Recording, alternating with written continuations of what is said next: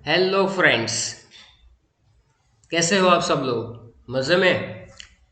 I hope आप सब मज़े में ही होंगे और आपकी हेल्थ भी बढ़िया होगी।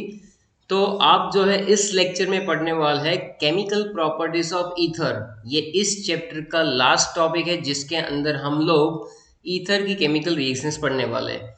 तो बेटा यहाँ पर सबसे पहले है रिएक्शंस। देखो ईथर के अंदर जो होता है ना, क्लेवेज ऑफ कार्बन और ऑक्सीजन के बीच में ज्यादातर बॉन्ड ब्रेक होते हैं और उसके बेसिस पे हम लोग यहाँ पर रिएक्शंस पढ़ने वाले हैं। क्योंकि ईथर का सिंपल से सिंपल एग्जांपल जो है वो भी R1O R2 से स्टार्ट होता है। तो मैं यहाँ पर आपको पहले बेसिक इक्वेशन समझा देता हूँ। देखो यहाँ पर मैंने लिखा है R1O R2। अब इसका रिएक्शन अगर आपने हाइड्रो आयोडिक एसिड के साथ कर दिया, बराबर है, किसके साथ किया आपने? हाइड्रो आयोडिक एसिड के साथ। तो हाइड्रो आयोडिक एसिड के साथ जैसे ही हम लोग रिएक्शन करेंगे, यहाँ पर क्या होगा? यहाँ पर बॉन्ड क्लेव होगा, किसी एक जगह हाइड्रोजन जुड़ेगा तो मुझे मिलेगा R1OH, और अगर आयोडीन सेकंड पे जुड़ा तो मुझे मिलेगा R2I। इससे इतनी बात तो क्लियर हो जाती है कि आपको एक अल्कोहल मिलेगा और एक मिलेगा अल्काइल हैलाइड। R2I का मतलब RX, अल्काइल हैलाइड मिलेगा। तो यहाँ पर मान लो कि मैं यहाँ पर कुछ इक्वेशन लिखता हूँ, जैसे कि यहाँ पर अब देखो, मैं आपको एक बात और बता दूँ। अगर R1 और R2 दोनों सिमिलर ग्रुप हुए बेटा, तो इसको मैं नाम दे सकता हूँ सिंपल ईथर। क्या कहेंगे हम लोग? सिंपल ईथर, बराबर है। या तो उसको सिमेट्रिकल ईथर्स भी कहते हैं। क्या कहते हैं? Symmetrical ethers. और R1 does not equal to R2, यानी दोनों ग्रुप अलग अलग हो गए, तो उसको हम लोग लिखेंगे क्या? Mix ether. क्या लिखेंगे बेटा? मिक्स ईथर लिखेंगे, या तो असिमेट्रिकल ईथर भी कह सकते हैं, जहां पर दोनों ग्रुप अलग अलग होंगे। तो यहाँ पर क्वेश्चन आता है, बराबर है। कैसे क्वेश्चन आते हैं? सबसे पहले यहाँ पर मैं ले रहा हूँ सिमेट्रिकल ईथर का एग्जांपल। जैसे मैंने ले लिया C2H5 ऑक्सीजन, C2H5। अब इसका नाम सब लोग जानते ही हो, इसको क्या कहते हैं बेटा? Ethoxy ethane. Ethoxy ethane. When ethoxy ethane is reacted with hydroiodic acid, क्या मिलेगा हमें? तो हम लोगों को यहाँ पर H और यहाँ पर I अटैच करवा देना है। So we have C2H5OH, that is called ethanol। P मत जाना, दवाई समझ के। और ये दूसरा में मिलेगा इथाइल आयोडाइड, या तो आयोडो इथेन। क्या मिलेगा? आयोडो इथेन, बराबर, ये चीजें मिलेगी। ये तो हुआ सिमेट्रिकल अल्कीन, बराबर। ऑक्सीजन के दोनों बाहुबली एक जैसे हो तब की बात है ये, बराबर। लेकिन अगर एक साइड कटप्पा हो और एक साइड बाहुबली हो तब क्या कर लोगे? बराबर है। मान लो कि केस ऐसे भी तो हो सकते हैं। मैंने यहाँ पर लिखा CH3, यहाँ पर ऑक्सीजन, यहाँ पर C2H5, और इसका रिएक्शन अगर हमने हाइड्रोआयोडिक एसिड के साथ करवा दिया तो प्रोडक्ट क्या मिल सकता है? बराबर है। या तो अगर मैंने दूसरा ले लिया, मान लो कि यहाँ पर CH3 है, यहाँ पर कार्बन, ऐसा कुछ ले लिया, थोड़ा सा बल्कि ग्रुप ले लिया, मान लो कि टर्शियरी ब्यूटाइल ग्रुप ले लिया बेटा, और एक साइड सिंपल सा CH3 ले लिया, और इसका HI के साथ करवाओगे तो कौन सी साइड तुम हाइड्रोजन अटैच करोगे? कौन सी साइड पे आयोडीन अटैच करोगे? तो ये सारे जो क्वेश्चंस हमारे दिमाग में घूमते हैं, ये जो क्वेश्चंस है उसके आंसर निकालने के लिए हमें जाना पड़ेगा इसके मैकेनिज्म के अंदर, बराबर है। तो मैं आपको यहाँ पर वन बाय वन सारी चीज़ें सिखाऊंगा और आप यहाँ पर बने रहिए। वीडियो को पूरा देखना है, साथ में ये इक्वेशंस लिखते रहेंगे तो ही आपको क्लियर आइडिया आएगा कि क्या क्या चीज़ें यहाँ पर सीखनी है, बराबर। तो हम लोग इसको तीन टाइप में डिवाइड कर देंगे। सबसे पहला है टाइप नंबर 1।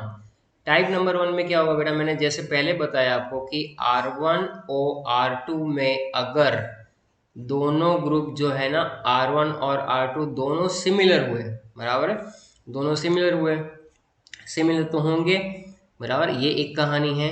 दूसरी बात जो है, ये अल्काइल ग्रुप जो है ना वो प्राइमरी होने चाहिए।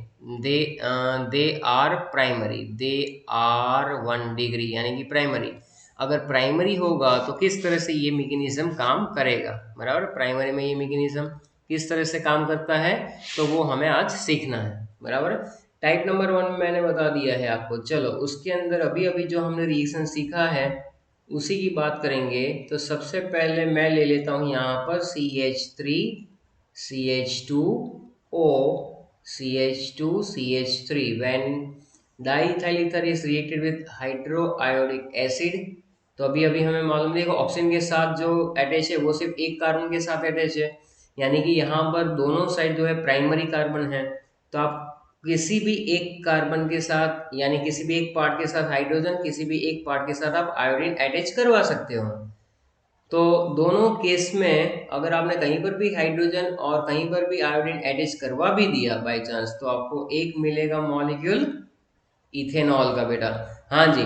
और दूसरा आपको क्या मिलेगा CH3CH2I यानी कि आयोडो इथेन। वाइडो नहीं, आयोडो। क्या बोला मैंने? आयोडो इथेन बोला है, बराबर है। अब हम लोग क्या करेंगे सेकंड वाला, अभी चलो एक काम करते हैं, इसका थोड़ा सा हम लोग देखते हैं मैकेनिज्म कि मैकेनिज्म में किस तरह से ये काम करता है। तो यहाँ पर हम लोग देख सकते हैं कि सबसे पहले क्या लिया था बेटा, CH3CH2O CH2CH3, ये हमारे पास था। अब यहाँ ऑक्सीजन के ऊपर लॉन पेयर इलेक्ट्रॉन होते हैं, वो तुम्हें पता होने चाहिए। हाइड्रोआयोडिक एसिड में से सबसे पहले क्या आएगा, H+। तो ये जो इलेक्ट्रॉन है वो यहाँ पर H+ भिखारी के पास आएगा। चल बोले बॉन्ड बनाना है, बोले हाँ मैं तो तैयार ही बैठा हूँ, तुम बोलो तब बॉन्ड बनाने के लिए। तो ये ऑक्सीजन के पास अब क्या हुआ कि एक इलेक्ट्रॉन पैर तो गई, ऑक्सीजन के ऊपर प्लस चार्ज क्यों आया, क्योंकि उसने इलेक्ट्रॉन दे दिया ना, तो भिखारी बन जाएगा बेचारा वो, बराबर है। ऐसा कुछ स्पीसीज बनेगा। अब आगे होगा क्या, देखो ये बॉन्ड के जो इलेक्ट्रॉन है या तो इधर साइड कोई भी साइड आप ले सकते हो क्योंकि सिमेट्रिकल है। तो इसमें जब नेक्स्ट स्टेप में हम लोग आयोडाइड आयन को वहां पर अटैक करवाएंगे I- को, तो ये SN2 मैकेनिज्म को फॉलो करेगा। SN2 मैकेनिज्म सब लोग जानते हैं कि एक साइड एक ही स्टेप में रिएक्शन वैसे होता है, no formation of carbocation, intermediate जो बन रहा है उसमें से एक साइड से एक ग्रुप निकल रहा होता है, दूसरे साइड से दूसरा ग्रुप ऐड हो रहा होता है, अटैच हो रहा होता है, बराबर। तो मान लो कि ये जो बॉन्ड के इलेक्ट्रॉन है वो ऑक्सीजन जो है वो अट्रैक्ट कर रहा है because it is more electronegative. तो इलेक्ट्रोनेगेटिविटी ऑक्सीजन की ज्यादा होने की वजह से यहाँ पर थोड़ा सा डेल प्लस चार्ज आएगा और ऑक्सीजन में थोड़ा सा डेल माइनस चार्ज आएगा। तो ये इलेक्ट्रॉन जो है वो तो ऑक्सीजन लेकर अलग हो जाएगा। तो यहाँ से बॉन्ड टूटेगा, जैसे ही बॉन्ड टूट रहा है इसके बैक साइड से जाकर पीछे से अटैक कौन कर देगा, आयोडीन, बराबर है। 180 डिग्री पे वो 180 यानी कि बैक साइड से वो अटैक करता है, बराबर है। तो इस केस में हमें एक प्रोडक्ट मिलेगी CH3CH2I, और वो आयोडीन कहाँ पर अटैक करेगा, वही कार्बन, वो डेल्टा प्लस वाला, तो वहां पर आयोडीन अटैच हो जाएगा and next product will be CH3CH2OH। बहुत ही सिंपल है ये मैकेनिज्म। तो SN2 मैकेनिज्म में आपको एक चीज क्या क्या याद रखनी है, मेरा SN2 मैकेनिज्म में ये याद रखना है कि जहां पर भी बेटा क्राउडिंग कम होगा ना, क्राउडिंग लेस, जहां पर क्राउडिंग कम होता है I- यानी कि जो भी न्यूक्लियोफाइल है attack on that alkyl group, that alkyl group, कौन से अल्काइल ग्रुप पे अटैक कर रहा है, which is less crowded, which is less crowded, जिसमें क्राउडिंग कम है। मतलब भीड़ भाड़ वाली जगह पर आयोडीन नहीं जाता है, आयोडीन कहाँ पर जाता है, जहां पर भीड़ कम हो वहां पर जाता है, बराबर है। तो चलो ये चीजें तो क्लियर हो गई कि हमें अगर सिमेट्रिकल ईथर दिया गया है तो कैसे करेंगे, बराबर। लेकिन मान लो कि मैंने ऐसा लिखा CH3O CH2CH3, बराबर है। तो इसके अंदर ये हमारा टाइप 2 है, इसको मैं टाइटल दे रहा हूँ बेटा टाइप 2। सेकंड टाइप में क्या है, तो आप देख सकते हो कि एक साइड हमारे पास क्या है, मिथाइल ग्रुप है, और एक साइड क्या है मेरे पास, इथाइल ग्रुप है। तो ऐसे केसेस में टाइप 2 यानी क्या कि जहां पर R1 not equal to R2 है, इसमें इसका नाम है बेटा मिथॉक्सी इथेन। क्या नाम लिखेंगे इसका, मिथॉक्सी इथेन। चलिए इसमें भी हम लोग देखेंगे कि H+ सबसे पहले ऑक्सीजन पे जो लॉन पेयर ऑफ इलेक्ट्रॉन है उसी के साथ जाएगा प्रोटोनेशन में। तो CH3 ऑक्सीजन एक इलेक्ट्रॉन पेयर तो दे दी और उसने H के साथ बॉन्ड बना लिया। यहाँ पर है CH2 CH3, बराबर है। तो ये हो गया। अब आप देख सकते हैं एक साइड मिथाइल एक साइड इथाइल है, तो इथाइल जो है ना वो ज़्यादा क्राउडेड है, इथाइल वाला तो ज़्यादा क्राउडेड होगा ना। अरे भाई आप अगर इसको ऐसे लिख लो, मान लो कि मैंने इसको ऐसे लिखा हुआ है, तो तुम्हारे भेजे में बात जाएगी कि कार्बन यहाँ पर हाइड्रोजन, ये हाइड्रोजन है, यहाँ पर कार्बन CH3 है, तो ये वाले साइड पे ये जो बल्कियर ग्रुप है, मिथाइल से तो बल्कियर ही हुआ, तो ये क्राउडेड है, इट इज मोर क्राउडेड, मोर, ये वाला पार्ट कैसा है, मोर क्राउडेड, बराबर। और ये वाला पार्ट कैसा है हमारा, लेस क्राउडेड, बराबर। अच्छा अब आगे जब हम लोग आई माइनस का इसके ऊपर अटैक करवाएंगे, तो आई माइनस कहाँ पर जाएगा, तो आप देख सकते हैं कि ज्यादा क्राउडेड है, वहां पर अटैक नहीं करेगा, वो अटैक करेगा सीधा यहाँ पर, बराबर है। तो यहाँ के इलेक्ट्रॉन लेकर ये ऑक्सीजन भाई साहब तो अलग पतली गली से निकल जाएंगे, और आयोडाइड आयन जो है किसके साथ अटैच होगा, CH3I, और बाकी क्या मिलेगा मुझे, CH3CH2OH, that is called ethanol, बराबर। तो आयोडीन ने अटैक कहाँ पर किया, जहां पर क्राउडिंग कम था, बराबर, जहां पर क्राउडिंग कम था वहां पर आई माइनस ने अटैक कर दिया, बराबर है। अभी इसके बाद अगर हम लोग एक और एग्जांपल लेकर चले, जैसे कि भाई जिसमें मैं ऐसा लिखूं कि भाई CH3 या ऑक्सीजन, नहीं नहीं नहीं, इधर ऑक्सीजन मत रखो, इधर कार्बन करो, यहाँ पर CH3 करो, यहाँ पर ये टर्शरी ब्यूटाइल ग्रुप हुआ बेटा, यहाँ ऑक्सीजन है, यहाँ पर CH3 है, तो दोनों R1 R2 तो अलग है, लेकिन एक जो हुआ ना वो भारी भरकम है, बराबर है। तो if R1 is tertiary alkyl group and R2 is methyl group, तब कहानी कैसे आगे बढ़ेगी HI के साथ, चलो ये भी देख लेते हैं। यहाँ पर सबसे पहले H प्लस यहाँ पर आएगा, तो H प्लस कहाँ पर जाएगा, हमें मालूम है ऑक्सीजन के पास, तो कुछ ऐसा बनेगा CH3 कार्बन CH3, यहाँ पर भी CH3, यहाँ ऑक्सीजन एक इलेक्ट्रॉन पे D दे दी, तो ऑक्सीजन में प्लस चार्ज, और यहाँ पर आएगा CH3। अब आप देखोगे कि यहाँ पर सेकंड स्टेप में ये बेटा है ना, ये SN1 मैकेनिज्म को फॉलो करेगा, बराबर है, याद रखो जब टर्शरी अल्काइल ग्रुप होता है तो SN1 को फॉलो करता ही है। तो इसमें होगा क्या कि यहाँ से ऑक्सीजन तो अपने इलेक्ट्रॉन लेकर पतली गली से निकल जाएंगे, बॉन्ड टूटेगा यहाँ से, तो ये बनेगा कुछ ऐसा कार्बोकैटायन, बराबर है, ऐसा कार्बोकैटायन, यानी कौन सा, टर्शरी कार्बोकैटायन। तो माइनस क्या हो गया, CH3OH, ये वाला पार्ट हमने लिख लिया यहाँ पर कि भाई ये माइनस हो रहा है, और ये टर्शरी कार्बोकैटायन बना। उसके बाद जब हम लोग आई माइनस का अटैक करवाएंगे सेकेंड स्टेप में, तो वो टर्शरी ब्यूटाइल ग्रुप के साथ अटैच हो जाएगा, and we got tertiary butyl iodide. तो एक साइड टर्शरी हो एक साइड वो हो, तो आयोडीन कहाँ पर जाकर अटैच होता है, टर्शरी वाले कार्बन, क्योंकि कार्बोकैटायन ये स्टेबल है, this carbocation tertiary carbocation stable होता है, बराबर है। ऐसा नहीं, ऐसे लुढ़क लुढ़क नहीं करता है कि मुझे नहीं करना है, कि नहीं करना पड़ेगा, रिएक्शन टर्शरी कार्बोकैटायन तो ज़्यादा स्टेबल होता है भाई, बराबर है। इसी तरह से अगर हम लोग एक साइड पे बेंजाइल ग्रुप ले लेते हैं, मान लो कि यहाँ पर मैंने ले लिया हुआ एक साइड पे CH2 ऑक्सीजन, ये बेंजाइल ग्रुप है एक साइड, और एक साइड नॉर्मल है मिथाइल।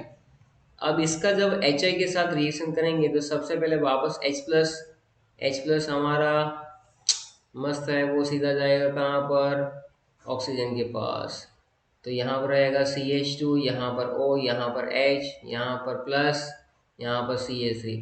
अब कौन सा बॉन्ड तोड़ेंगे हम लोग, बराबर है, और I माइनस कहाँ पर अटैक करवाएगा, तो सबसे पहले तो इसमें कार्बोकेटाइन बन सकता है अगर यहाँ से बॉन्ड टूटेगा, जी हाँ बिल्कुल सही सोचा आपने, मीथेनॉल निकल जाएगा, और ये एरो नीचे जाते हुए हमें क्या देगा, बेंजाइल कार्बोकेटाइन, क्या देगा बेटा, इस तरह से आप देखो बेंजाइल कार्बोकैटायन जो होता है ना वो रेजोनेंस स्टेबिलाईज होता है, इसकी स्टेबिलिटी काफी ज्यादा होती है, बराबर है। अगर ये इस साइड पे जाता, बराबर, ये बॉन्ड टूट के ऑक्सीजन में इलेक्ट्रॉन चले गए, अगर इधर जाता तो ऐसा पॉसिबल था ही नहीं, क्योंकि ये स्टेबिलिटी ज्यादा देता है, because benzylic carbocation is more stable then any other, बराबर है। तो अब यहाँ पर है, इसके बाद इस पे आई माइनस जो है वो अटैक करेगा, और हमें क्या देगा, हमें देगा बेंजाइल आयोडाइड CH2I, तो ये है बेंजील कार्बोकेटाइन की स्टेबिलिटी ज़्यादा होने की वजह से हमें ये इस तरह से मिल रहा है। इतने रिएक्शंस हो गए। अब अगर मैं नेक्स्ट टाइप की बात करूँ तो नेक्स्ट टाइप में क्या टाइटल हम लोग डाल सकते हैं कि भाई अगर R1O R2 में मान लो कि कोई एक जो है बराबर है, कोई भी group any alkyl group is secondary, कोई एक सेकेंडरी है, बाकी जो भी होगा एक सेकेंडरी हो तो क्या होगा, क्योंकि देखो टर्सरी हमें मालूम है कि वो कार्बोकेटाइन में जाता है तो वो हमें SN1 मैकेनिज्म फॉलो करने को बोलता है और प्राइमरी जनरली SN2 फॉलो करने के लिए बोलता है। लेकिन अगर सेकेंडरी को तो कैसे हो सकता है, तब हमें याद रखना है कि भाई उसमें क्या ऐड किया हुआ है, यानी कि कौन सा सॉल्वेंट है। तो सॉल्वेंट के बेसिस पे हमें प्रोडक्ट मिल सकती है, बराबर। सॉल्वेंट में दो टाइप के होते हैं, एक प्रोटिक सॉल्वेंट बोलो और एक अप्रोटिक सॉल्वेंट। प्रोटिक सॉल्वेंट और वो भी पोलर प्रोटिक सॉल्वेंट और पोलर अप्रोटिक सॉल्वेंट, बराबर। पोलर प्रोटिक सॉल्वेंट में कौन कौन से आते हैं, जैसे कि H2 आ गया या तो C2H5OH आ गया, ऐसा है। तो जनरली जब पोलर प्रोटिक सॉल्वेंट होता है बेटा तो ये SN1 मैकेनिज्म को फॉलो करता है। किसको फॉलो करेगा, SN1। अब SN1 में क्या है, याद रखना है आपको, स्टेबल कार्बोकैटायन, ये चीज़ सीखनी है। और यहाँ पर मान लो कि एसीटोन जैसा कुछ आ गया सॉल्वेंट आपका, पोलर अप्रोटिक सॉल्वेंट, तो क्या होगा यहाँ SN1 जो है वो तो, लेकिन उसमें भी लेस क्राउडेड कार्बन पे जाएगा, लेस क्राउडेड कार्बन पे जाकर अटैच हो सकता है, बराबर। तो यहाँ पर इसको जब हम लोग अप्लाई करेंगे तभी आपको पता चलेगा कि कैसे कैसे हो रहा है। SN1 तो होगा, बराबर, लेकिन SN1 में भी किस तरह से आपको स्टेबल कार्बोकेटायन देखना पड़ेगा ना। तो मान लो कि मैंने ऐसा लिखा कि CH3 है, यहाँ पर CH है, यहाँ पर मैंने ये ऐसा एक आइसोप्रोपाइल ग्रुप ले लिया और यहाँ पर ले लिया मैंने CH3, बराबर। अब HI के साथ जब मैं पानी ले रहा हूँ, पानी यानी प्रोटिक सॉल्वेंट है, तो protic solvent, polar protic solvent में SN1 मैकेनिज्म में अगर बॉन्ड आप इधर देखो तो ये सेकेंडरी कार्बोकेटायन बनाएगा ना। अगर बॉन्ड यहाँ से टूटा भी, H प्लस यहाँ पर अटैच हो गया, माइनस CH3OH आया, तो ये क्या देगा, CH3CH और CH3, यहाँ पर प्लस चार्ज, तो ये secondary carbocation is more stable, इसमें रीअरेंजमेंट के कोई चांसेस है भी नहीं। तो आगे I माइनस जो है वो आपको क्या देगा, CH3CH2 आयोडोप्रोपेन, क्या देगा बेटा, ये 2 आयोडोप्रोपेन देगा। अब अगर मैं इसी तरह से इसी को मैं मान लो कि HI के साथ ही रिएक्शन करवाना है, लेकिन मैंने ले लिया एसीटोन। तो एसीटोन कैसा है, अप्रोटिक सॉल्वेंट, कैसा है, अप्रोटिक सॉल्वेंट, बराबर है, अप्रोटिक सॉल्वेंट में क्या होगा, तो आप देखो बेटा यहाँ पर अप्रोटिक सॉल्वेंट में मैंने ऊपर जो लिखा है ना वो, सॉरी वहाँ पर आप लिख लो कि SN2 मैकेनिज्म फॉलो करेगा यहाँ पर। अच्छा ये जो चीज़ है बेटा यहाँ पर आएगा SN2 में लेस क्राउडेड कार्बन पे वो अटैच हो जाएगा। चलो ठीक है। तो अप्रोटिक सॉल्वेंट में आप देख सकते हैं कि यहाँ पर HI था, बराबर। HI के अंदर अप्रोटिक सॉल्वेंट यानी एसीटोन के प्रेजेंस में क्या होगा, एसीटोन के प्रेजेंस में आप देख सकते हैं कि एक साइड से मैंने बोला था पहले भी कि आयोडीन कहाँ पर अटैक करता है, जहाँ पर ऑक्सीजन की जो साइड पे कम क्राउडिंग हो, यानी कि CH3I बनाएगा ये, तो ये बना देता है CH3I, और बाकी जो मिलेगा वो हमें CH3 CHOH और CH3 यानी कि प्रोपेन टू ऑल, बिल्कुल उल्टा उससे, प्रोपेन टू ऑल और आयोडोमीथेन। इस तरह से आपको याद रखना है। नेक्स्ट जो है अब हम लोग आगे करने जा रहे हैं वो क्या है, एनीसॉल। मान लो कि मैंने यहाँ पर ले लिया है, अब क्या है भाई, एराइल ईथर है, OCH3 को क्या कहते हैं, किसकी सॉल, एनीसॉल। एनीसॉल बोल दो इसको, या तो इसका नाम बोल दो भाई मिथॉक्सीबेंजीन, बराबर। तो ये सब जो है किस तरह से रिएक्शन देंगे, तो चलो देख लेते हैं। पहले HI में सबसे पहले H प्लस क्या करेगा भाई, ऑक्सीजन पे जुड़ जाएगा, तो ये ऑक्सीजन, यहाँ पर इलेक्ट्रॉन ये पॉजिटिव ऑक्सीजन पे आ जाएगा, यहाँ पर CH3 है। अब जो है I माइनस, अब आप देखो कि ये बॉन्ड के इलेक्ट्रॉन इसको अगर देकर जाएंगे, बराबर है, तो क्या होगा, और ये बॉन्ड के इलेक्ट्रॉन इसके ऊपर आएंगे तो क्या होगा। अब ये फिनाइल कार्बोकेटायन है, अगर इसके यहाँ पर आप देख सकते हो कि ये बॉन्ड टूटेगा, मान लो कि H जा रहा है, बराबर है, तो क्या होगा वहां पर कि OCH3 जो है वो वैसे का वैसा रहेगा, बराबर है। और फिन ये बॉन्ड अगर टूट रहा है, सॉरी ये वाला नहीं तोड़ना है हमें, ये वाला तोड़ना है। तो अगर ये इस वाले की बात करेंगे बेटा, तो इस वाले बॉन्ड को अगर तोड़ते हैं तो हमें फिनाइल कार्बोकेटायन मिलता है, इसकी स्टेबिलिटी बहुत कम है, बराबर है।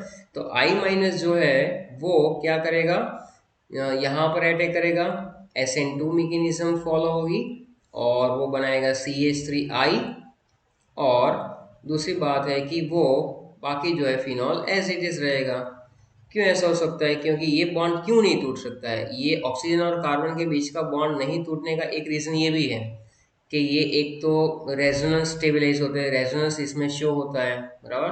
क्योंकि अगर ये बॉन्ड टूट जाए तो पॉसिबिलिटी है ही नहीं, रेजोनेंस होता है ना इसके अंदर, तो रेजोनेंस की वजह से क्या होगी कि स्टेबिलिटी बढ़ेगी। और दूसरी बात, ये कार्बन और ऑक्सीजन के बीच में डबल बॉन्ड कैरेक्टर जनरेट होता है, partial partial double bond character, तो ये नहीं टूटेगा डबल बॉन्ड कैरेक्टर, क्योंकि डबल बॉन्ड स्ट्रांग होते हैं, तो डबल बॉन्ड कैरेक्टर की वजह से ये नहीं टूटेगा, इसलिए रिएक्शन ऐसे ही होगी जैसे बताई गई है। तो लेस क्राउडिंग CH3, वहाँ पर आयोडीन और बाकी रहा OH, बराबर।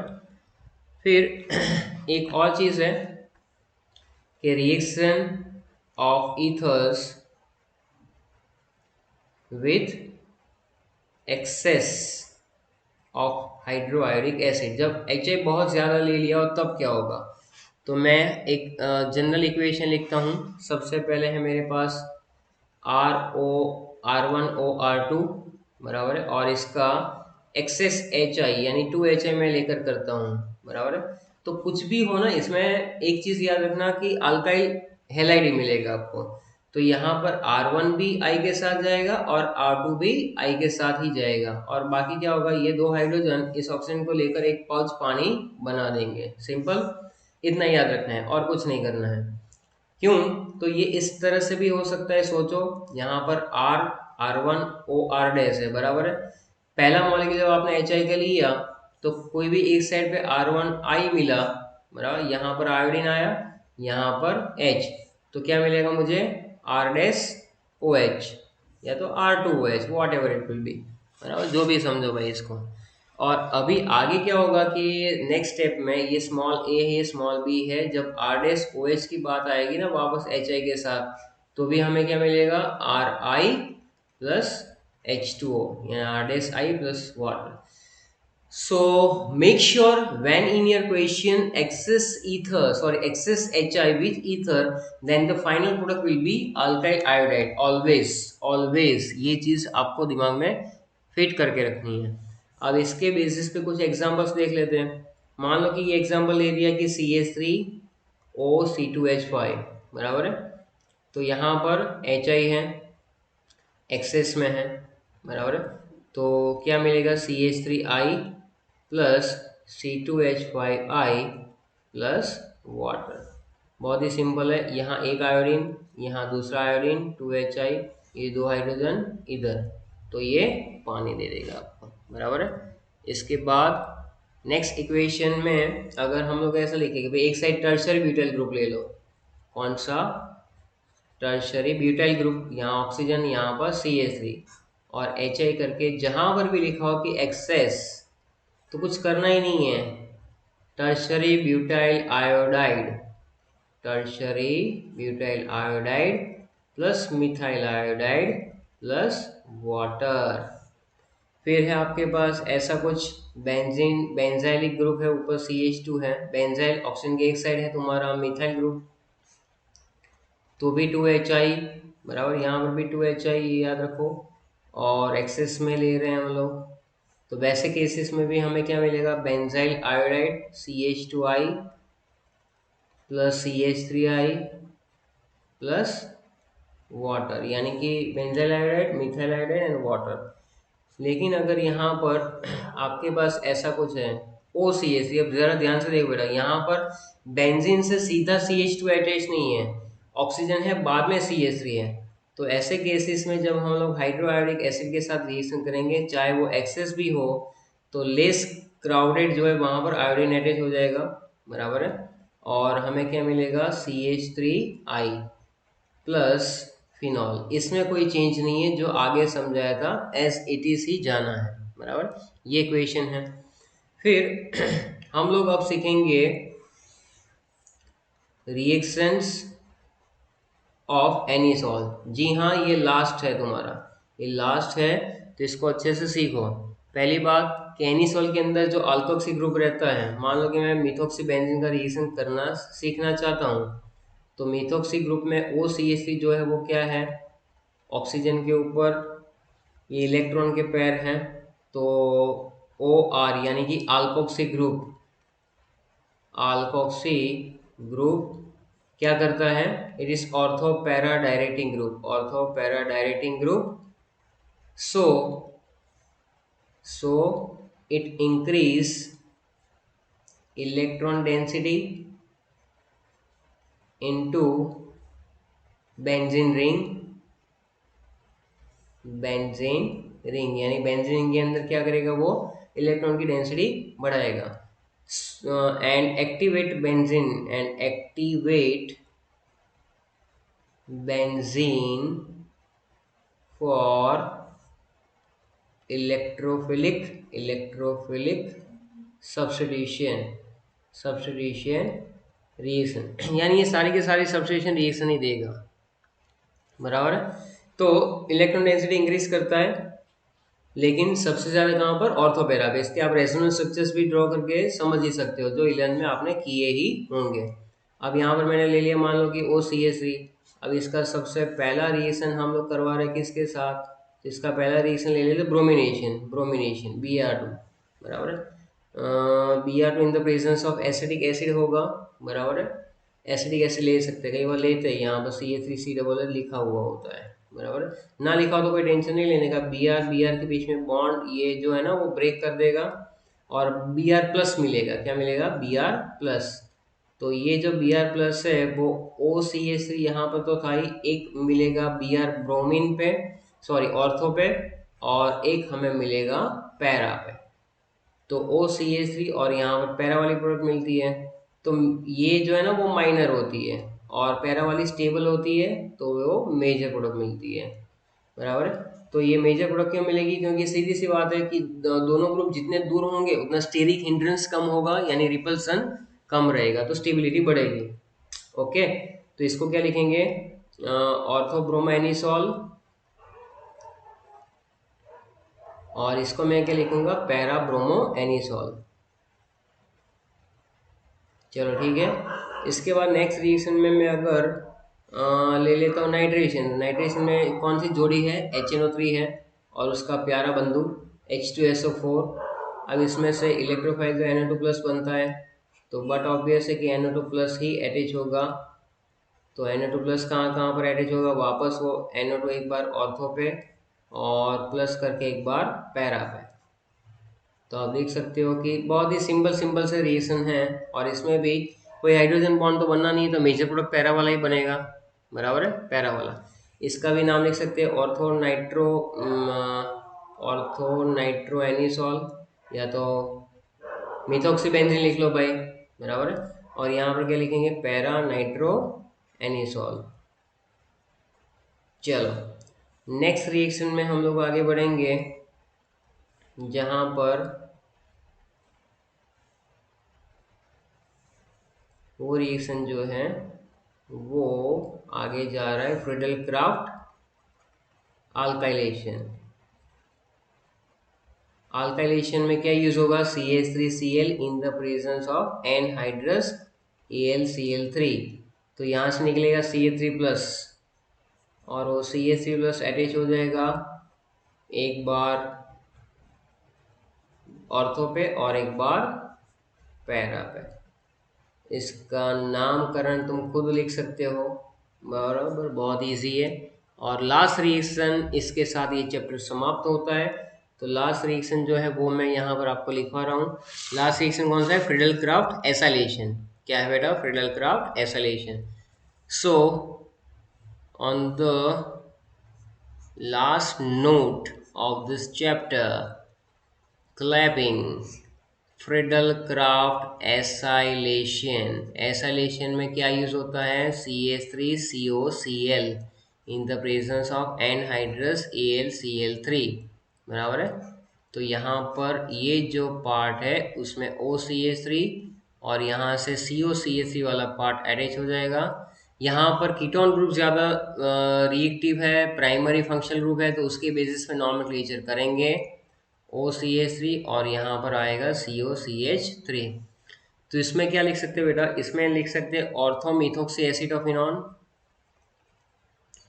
ऑर्थोमिथोक्सी एसिटोफिनॉन, और इसका नाम लिख सकते हैं हम लोग पैरा मिथोक्सी एसिटोफिनॉन। चलो ठीक है, तो साइनिंग ऑफ। यहाँ तक का कंटेंट था आपके सिलेबस